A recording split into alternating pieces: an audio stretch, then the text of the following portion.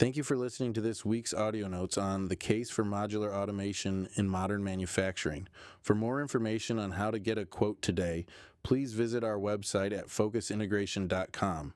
Imagine telling a plant manager, like a decade ago, that they could buy a heavy-duty, articulated robot capable of lifting 1,300 pounds, drop it onto their factory floor on a Tuesday, and have their line workers programming it by Wednesday. Oh, without writing a single line of code. Right, exactly. Without any code. I mean, they would have laughed you right out of the building. Oh, absolutely. It sounded entirely like science fiction back then. But today, that exact scenario is fundamentally rewriting the economics of manufacturing. And if you're managing a facility right now, or maybe you're an executive analyzing supply chain strategies, you already know why this matters. Yeah, the pressure on the modern factory floor is just unprecedented. It really is. So welcome. Today we're taking you on a special Focus Integration deep dive. Our mission here is to explore how facilities are shortcutting complex tech upgrades and really eliminating the massive financial anxiety that usually comes with automation. And we are basing this deep dive primarily on a really fascinating article titled "The Case for Modular Automation in Modern Manufacturing," which outlines this exact transformation. Okay, let's unpack this.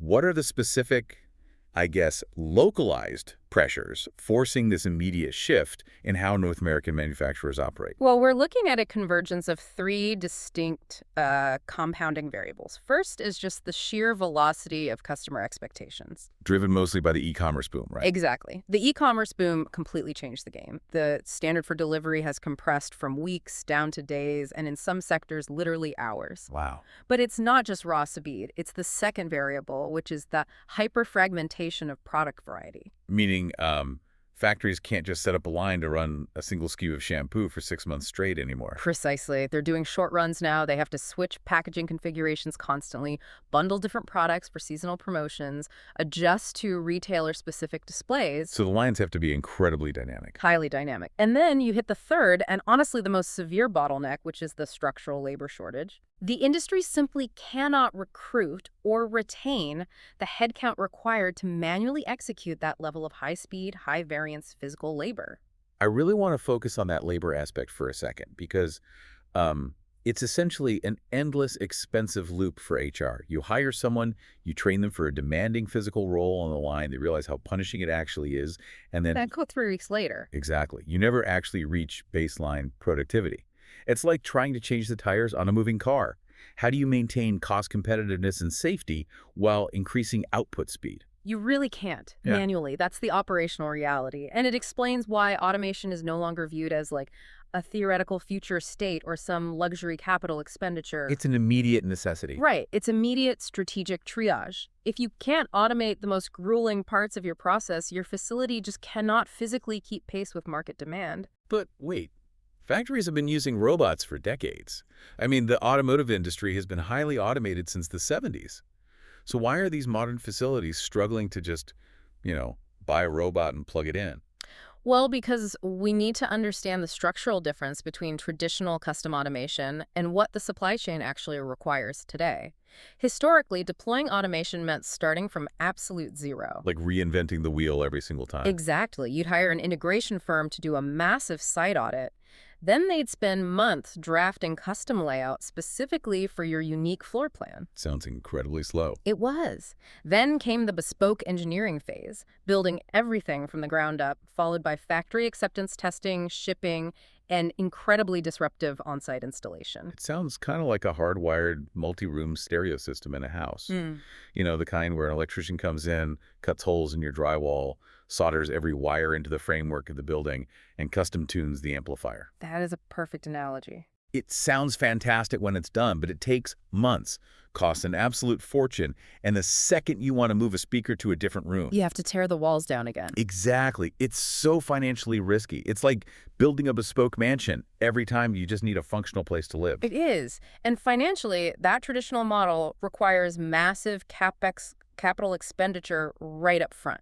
You're sinking millions of dollars into a custom-built solution before you see a single unit of throughput. Wow. For a long time, the industry just accepted that massive risk and rigidity as the barrier to entry.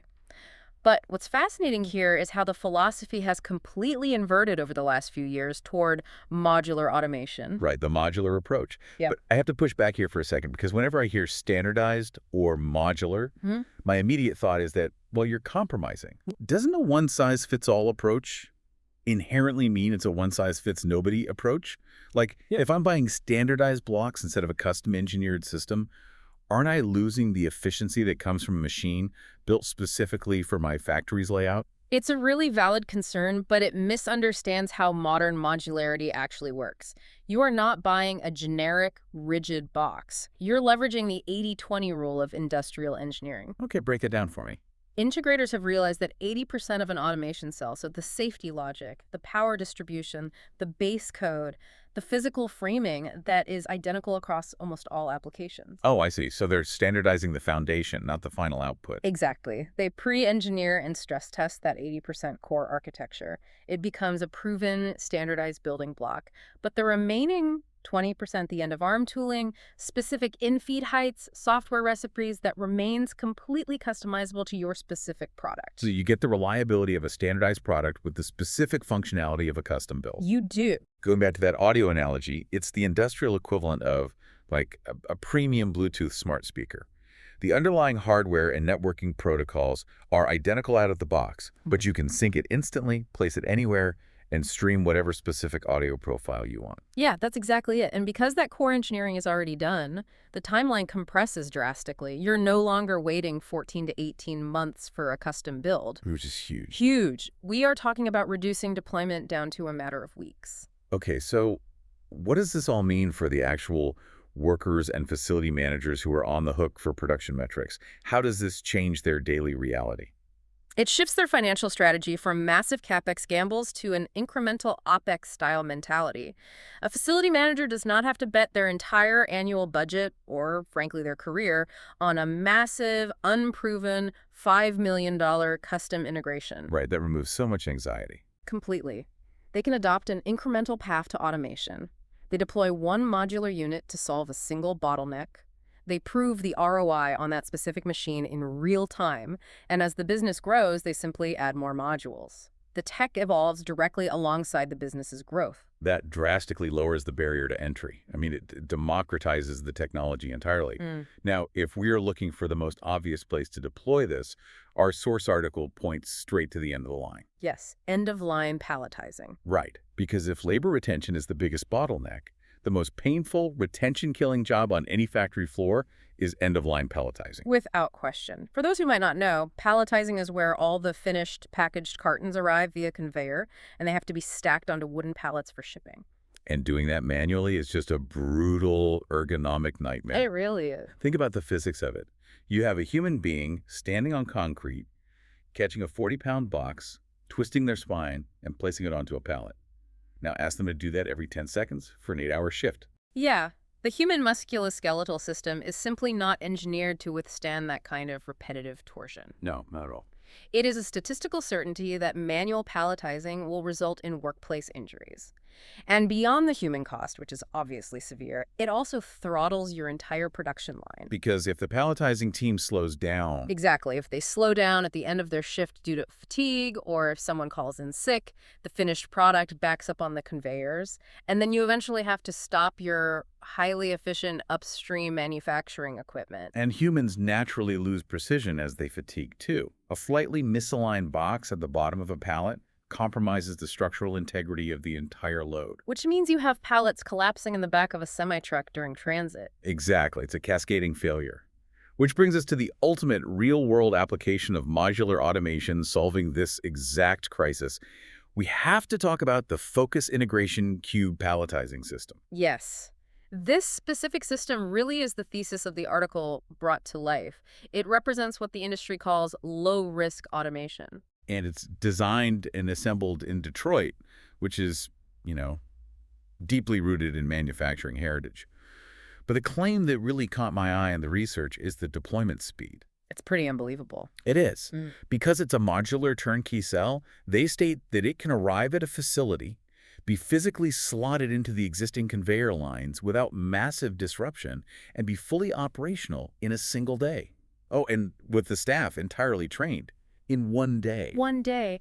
When you consider the months of site acceptance testing usually required for robotics, that turnaround time is staggering. How is that even possible? It's entirely possible because of the underlying software architecture. The physical hardware is impressive, sure, but the real differentiator is their proprietary software, the Focus Operating System, or FOS. I am so glad you brought up the software because this is where industrial tech usually completely alienates the end user. Oh, absolutely. The stereotype of an industrial robot is a massive, caged-off machine that requires a specialized engineer with a laptop plugged directly into the motherboard, running lines of complex syntax just to change the way a box is stacked. And that complexity is exactly what FOS eliminates. The interface operates on a very simple principle. If a line worker knows how to navigate a consumer tablet or a cell phone, they can operate this system. Wait, really? Just like an iPad? Just like that.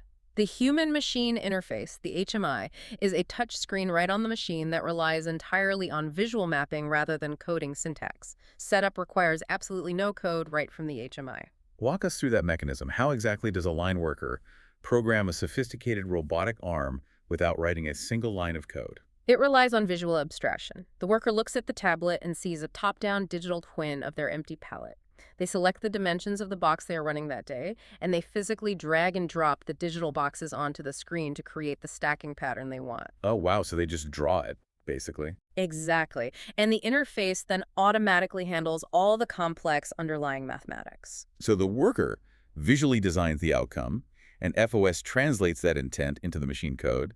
It calculates the inverse kinematics, the joint angles, the acceleration curves, all entirely in the background. Precisely. And if there is a fault or a jam, the HMI doesn't just flash a cryptic error 404 code. Which is the worst. Right. Instead, it displays a visual graphic of the robotic cell, highlights the exact sensor that is blocked, and provides plain language instructions on how to clear it. It entirely removes the need for a specialized automation engineer to be on standby. That is brilliant. And I know that data visibility extends beyond just the floor, right? The system includes the layer called Focus Lens. Yes, Focus Lens acts as a data pipeline for management. So it's not just for the floor workers. Right. Without having to go down to the floor, a production manager can pull up their laptop and see visible production data, system status, shift reports, all in real time. And if there's a deeply technical issue, the engineers in Detroit can remote into the system securely to diagnose it. Which provides massive operational peace of mind. Yeah. Okay, here's where it gets really interesting. Because when you successfully drop the Focus Integration Cube palletizing system into a facility, it fundamentally alters the physics and the safety profile of that building. Yeah. Let's run through the immediate operational gains. First, obviously, is productivity and consistency. Right. Because the robot does not fatigue. It handles the exact same payload, placing it with millimeter precision on the pallet thousands of times a shift. That precision locks the boxes together perfectly. Exactly, creating a structurally sound pallet that will not shift or collapse during shipping. Then there's the safety aspect, which is transformative. By automating end-of-line palletizing, you are systematically removing one of the most physically demanding, injury-prone roles in the packaging process. You're taking human beings out of a repetitive strain environment and you're upskilling them to become machine operators. Yeah, they are now managing the Focus Integration Cube palletizing system, which is a higher value, safer, and much more engaging task. And we cannot overlook the scalability either. Because this is a modular architecture, a facility can deploy one unit to start. Then, a year later, when they land a massive new retail contract, they don't have to redesign the whole factory. They just add more. They seamlessly add more cells or conveyors right next to the first one. Right. The modules are designed to handshake with each other. So smart. Now, looking at the macroeconomic data really validates everything we're talking about here. The localized benefits of this modular system are driving a massive shift in the broader industrial market. They absolutely are. If we connect this to the bigger picture, the market research provides a definitive quantitative backing to our source article. Right. The North American palletizing robot industry is exploding. The latest projections show the market surging to over $1.47 billion by 2035. Wow, that is a compound annual growth rate hovering right around 8.9%. For heavy industrial hardware, That is an incredibly aggressive growth curve. It is, and it's being driven directly by the e-commerce boom, requiring faster sorting, severe labor shortages, and an absolute necessity for efficient, high-load articulated robots. Let's clarify what that means in this context. When we say an articulated robot handling a high payload, what physical realities are we talking about? So, an articulated robot features rotary joints, often 6 degrees of freedom, that allow it to move much like a human arm, but on a massive scale. And the market is demanding robots capable of handling payloads between 360 and 600 kilograms. 600 kilograms. That is over 1,300 pounds. It's massive. That is the equivalent of picking up a grand piano, swinging it across a 10-foot radius, and setting it down gently with absolute precision every 10 seconds. The sheer kinetic energy and momentum involved in moving that much mass that quickly is staggering. It requires incredible engineering to manage those inertial forces safely. And that is the brilliance of the modular approach. Historically, integrating a 600-kilogram robotic arm required massive structural reinforcements and highly complex safety zoning. Right. But by packaging these heavy-duty articulated arms within a pre-engineered, standardized modular cell, they are making industrial-grade physics accessible and safe to deploy. The market numbers definitively prove that the shift toward modular automation is real and it's accelerating. And that explains the massive market growth, because this technology is no longer exclusive to the multi-billion-dollar automotive giants or mega retailers. Exactly. The mid-market, regional packaging plants, and independent contract manufacturers finally have access to Tier 1 automation. They can adopt an OpEx strategy, deploy a system in a day, and immediately compete on throughput and reliability. That is the ultimate takeaway from the case for modular automation in modern manufacturing. Modular automation is no longer just a neat tech trick. Right, it's becoming a strategic priority. Exactly. It is the literal building block for smarter, data-driven manufacturing environments. By eliminating the multi-year timelines, mitigating the upfront financial risk, and utilizing software that translates human intent into robotic action without code, systems like the Focus Integration Cube Palletizing System are completely democratizing industrial robotics. It changes the entire paradigm from how do we afford to automate to how can we afford not to. It really does. But before we wrap up, I want to leave you with a final thought to mull over. If modular automation, like the Focus Integration Cube Palletizing System, makes deploying a massive industrial robot as simple and user-friendly as turning on a smartphone, what is the logical endpoint? That's the real question. Will the factory of the near future essentially become a giant, reconfigurable set of smart blocks that can completely change its shape and function overnight based on consumer demand? Imagine a facility that is no longer a rigid, static layout of bolted-down machinery. Instead, the factory becomes a fluid, living organism. Just uncoupling modules and wheeling new ones in. Exactly. A completely adaptable ecosystem. That is a phenomenal concept to explore on your own. The factory of the future isn't just automated, it's completely adaptable. Yeah. Thank you for joining us on this deep dive into the realities of modern manufacturing and the modular technologies reshaping the floor. Keep looking at the systems around you, think about how they scale, and we will catch you on the next one. We hear from a lot of companies that their throughput is hurt by labor shortages, reliability, and safety at the end-of-line palletizing. Focus designed the Cube Palletizing Cell to solve these problems for companies that need automation without anxiety that comes with it. Your team should not have to become robotics experts to support a palletizer. The Cube arrives turnkey and is up and running, and your staff is trained in a single day. The system is designed for people who actually use it. Deployment is straightforward, operation is simple, reliability is high. The Focus operating system is key to this. If you can use a tablet or a cell phone, you can use FOS. Feedback is visual, faults are explained, and setup requires no code right from the HMI, removing operational obstacles. Remote support from our engineers provide the confidence your team deserves. Focus Lens gives insight to production data, system status, and the ability to view and print shift reports provides visibility to management. Together, these tools provide an easy operational experience, keeping your line running smoothly around the clock. The Cube is designed and assembled right here in Detroit. This is what low-risk automation actually looks like.